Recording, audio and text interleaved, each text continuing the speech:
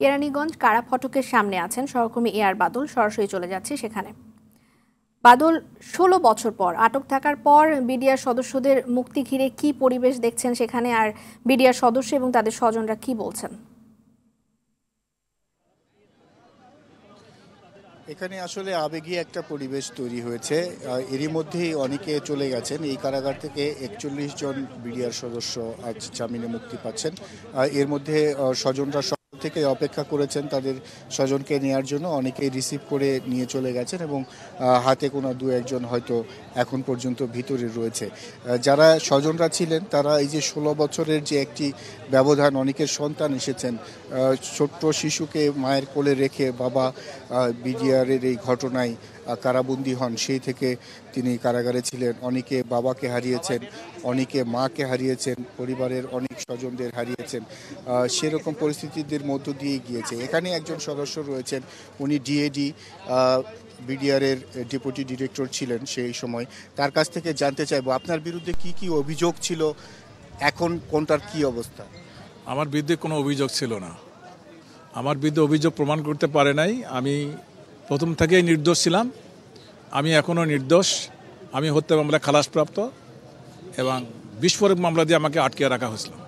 আমার বিরুদ্ধে কোনো অভিযোগ প্রমাণ হয়নি। আমার বিরুদ্ধে কোনো অভিযোগ সরকার প্রমাণ করতে পারেনি বিধে আমাকে খালাস দেওয়া হয়েছে।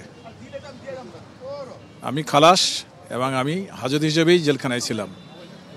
আজকে আমি মুক্ত হলাম, আমি হাজত হিসেবে বের হলাম। আমার জন্য 3টা মামলা ছিল, আমি সব জায়গায় খালাস পেয়েছি। আপনি কি পিলখানায় ছিলেন ওই দিন নাকি? পিলখানায় ছিলাম। এসেছিলেন কেন, কোথা থেকে এসেছেন? ওখানে আমার দাওয়াত ছিল, পিলখানায় দাওয়াতে আসছিলাম। 16 বছরে আপনার পরিবারের কি অবস্থা?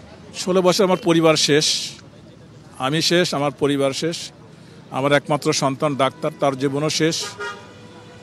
সেও এখন দেশের বাইরে, তাকে সরকার যাতে যোগদান করতে দেওয়া হয় নাই।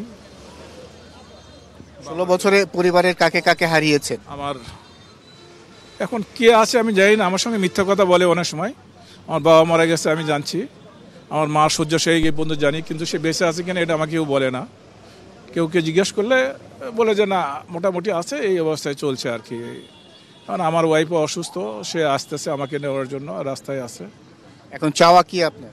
চাওয়া হলো যে যত নির্দোষ সদস্য, আমাদের মুক্তি হয়েছে, বাকিদের মুক্তি দিতে হবে, চাকরিতে পুনর্বহাল করতে হবে, সম্পূর্ণ সুযোগ সুবিধা দিতে হবে তাদেরকে।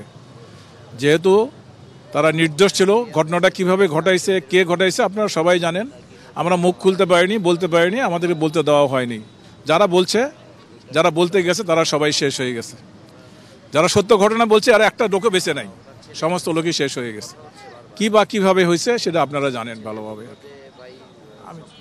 শুনছিলেন রেদওয়ানা, একজন যিনি 16 বছর কারাবন্দী ছিলেন। এই কারাবন্দী অবস্থায় বাবাকে হারিয়েছেন, অনেক স্বজনকে হারিয়েছেন। তার মতো প্রায় একই অবস্থা যারা এই বিডিআর হত্যাকাণ্ডের ঘটনায় কারাগারে ছিলেন। অনেকেই হত্যা মামলায় খালাস পাওয়ার পরেও বিস্ফোরক মামলা দিয়ে তাদেরকে আটকে রাখা হয়েছিল, এমনটি তারা বলছেন। সব মামলা থেকেই আসলে তারা মুক্তি পান, মুক্তি পেতে চান এবং পরিবার যাতে আর্থিকভাবে স্বাবলম্বী হয় সেই দায়টি সরকারকে নেওয়ার জন্য তারা আহ্বান জানিয়েছেন। তো এই ছিল আমার কাছে কেরানীগঞ্জ কেন্দ্রীয় কারাগার থেকে সর্বশেষ খবর। রেদওয়ানা। বাদল, আপনাকে ধন্যবাদ।